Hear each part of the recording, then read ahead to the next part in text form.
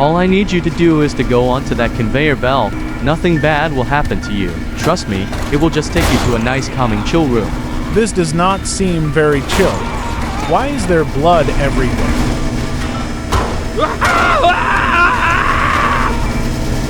My days, why is it so hot?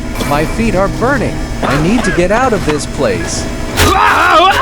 You're next. Go in, or I will sadly have to force you to go inside myself.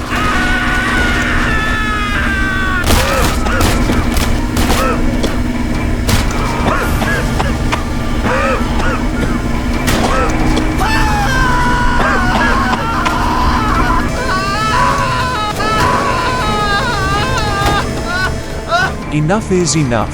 You can't keep putting people in here. People are not meant to be turned into processed meat. You either stop here, or I will have to stop it myself.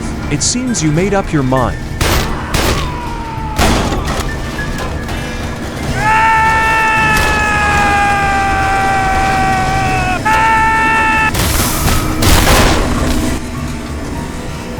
Stop, you can't stop this organization.